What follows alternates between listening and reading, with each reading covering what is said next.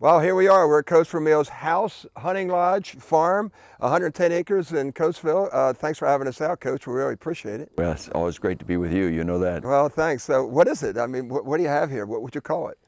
I have a retreat, and it's a real getaway place. It's very peaceful. I don't farm. I don't take the hay off it. I give that to my neighbor for the work, and that he does, and then I do the things I want to do. But I always have something to do. Heck, I have 3 chainsaws. I'm always busy.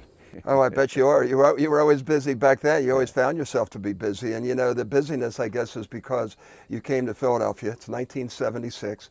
We'll turn the clock back a little bit. You give this guy who's a dreamer, me, that opportunity to try out for the team and to have my dream come true. And all I wanted was the shot, and you gave me that shot. Whatever made you think to have a free agent tryout in 1976? Well, if you remember when we took over, we didn't have any draft choices. No first, second, or third that first year or second year. No first and second my third year. So I thought if we open it up, we might find 1 or 2, 3 guys that could get us through and give us players at least for training camp, because we were going to have a very physical, tough, long training camp. And you need bodies. In those days, there weren't limits. Well, I'd bring 115, 120 guys at training camp, fine. And more bodies, the better.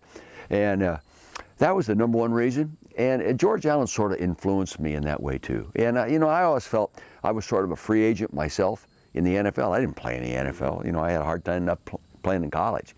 So I felt I might be able to find a guy. Yeah, and well, we found you, and we gave other people the same opportunity you got, but they didn't have the talent that you had. And of course, it's certainly changed my life. But let's go to George Allen, because he basically gave you that shot in the NFL as special teams coach with the Rams, right? 1969, a long time ago. Yeah. And then before the Rams, of course, you're in Calistoga. Tell us about Hillsdale and Napa Valley College, or community college, I guess it was back then, and then going to Stanford, and then you wind up at UCLA, you wind up in Philly. Tell us a little bit about that transformation that you went through back then. Well, I was raised in Calistoga. At that time, there were 1,800 people. Fortunately for me, a high school football coach, brand new job, first job in his career, Bill Wood, came there as my football coach. We had 20 kids on the team.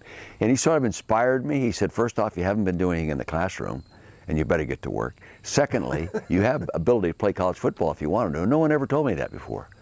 So it raised my standards of thinking, and I went to junior college at Napa JC and played there and had some success. Walked on at San Jose State, gave me a scholarship. I earned it. I ended up being a starter my senior year. I wanted to be a high school football coach because of Bill Wood.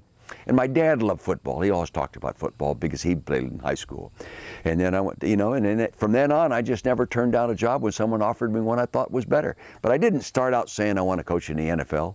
I wanted to be a high school football coach, but I got so passionately involved in the game itself that teaching PE or an English class or something wasn't very exciting. So I gradually started thinking, if I could just coach football and nothing else, I'd be really fulfilling my passion.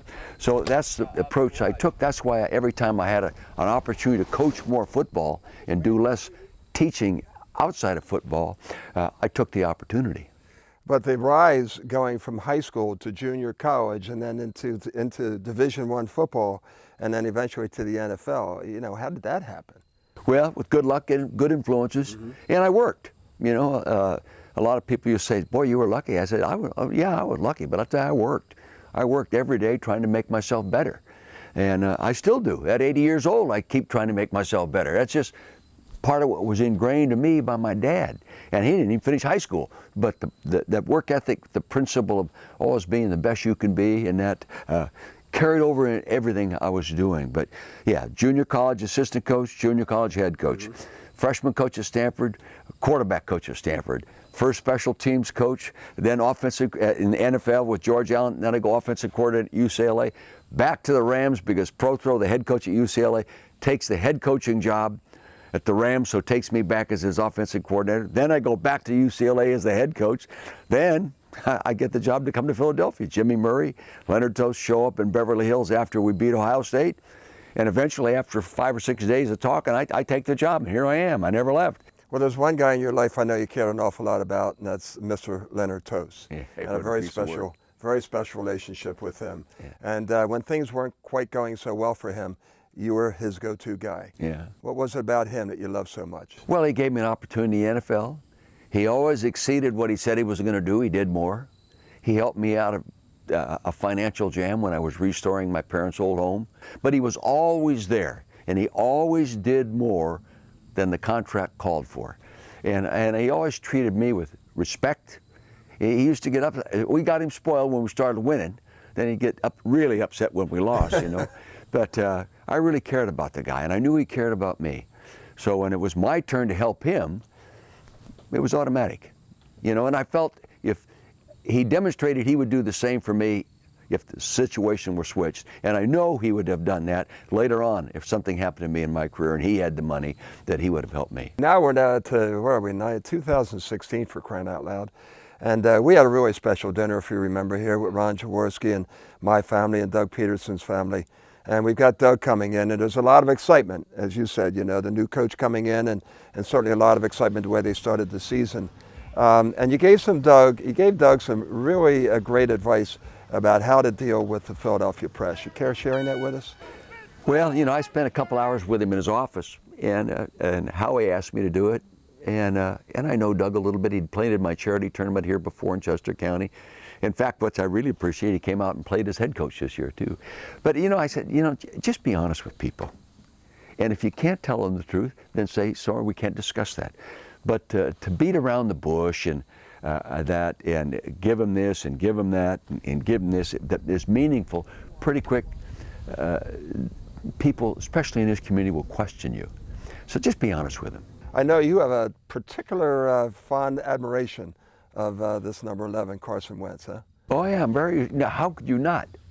You know, first off, I can't see how anybody in the evaluation process could miss on him. I give them credit for recognizing.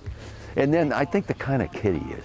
I've had experience coaching kids out of Montana, Idaho, the Dakotas, every once in a while, and they're different.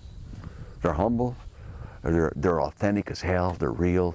They've been raised in a smaller community and in a different kind of an environment. The great attribute I see in him, I saw once we started seeing Kurt Warner play. When it starts the game slows down for him. It doesn't speed up. I mean, he sees what's going on.